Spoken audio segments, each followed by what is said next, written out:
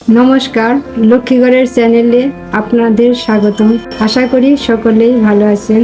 আজকে আমি মিষ্টি কুমড়া দিয়ে চিংড়ি মাছ রান্না করে দেখাবো।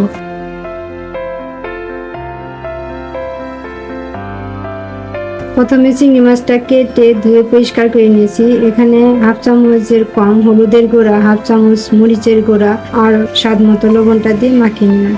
এপাশে আমি কড়াইটা বসিয়ে রেখেছিলাম চুলাতে। কড়াইটা আমার গরম হয়েছে। এখন আমি সয়াবিন তেল দিয়ে দিলাম পরিমাণ মতো।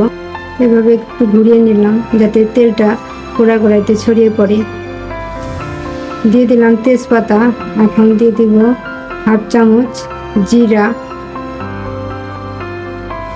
দিয়ে একটু নাড়াচাড়া দিয়ে দিব। চিংড়ি মাছটা দিয়ে ভেজে নেব। এভাবে চিংড়ি মাছটা আমি উল্টে পাল্টে ভেজে নেব। আমার ভাজা শেষ, সেই পর্যায়ে আমি তুলে নেব সবগুলো চিংড়ি মাছ।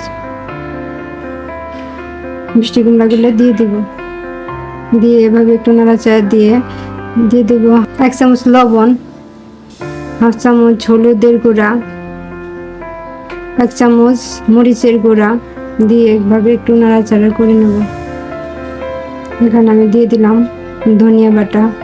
দিয়ে এভাবে একটু কষাতে থাকবো, মিডিয়াম আঁচের থেকে একটু কম। তারপর কষানো হয়ে গেছে, এই পর্যায়ে দিয়ে দিলাম আমি গরম জলটা আমি আগেই করে রেখেছিলাম। এখানে দিয়ে দিলাম কয়েক ফালি কাঁচামরিচ। ঝালটা আসলে আপনাদের পছন্দ মতো দেবেন, কেউ ঝাল বেশি খায়, কেউ কম খায়। এভাবে রান্নাটা করে নেব। এখন দিয়ে দেব জিরা বাটা।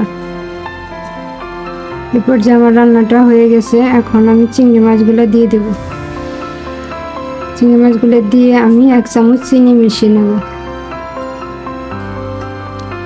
চিনিটা দিয়ে আমি সব তরকারির সাথে যেন মিশে, এই জন্য আমি পুরোটা নাড়া দিয়ে নিয়ে নেব।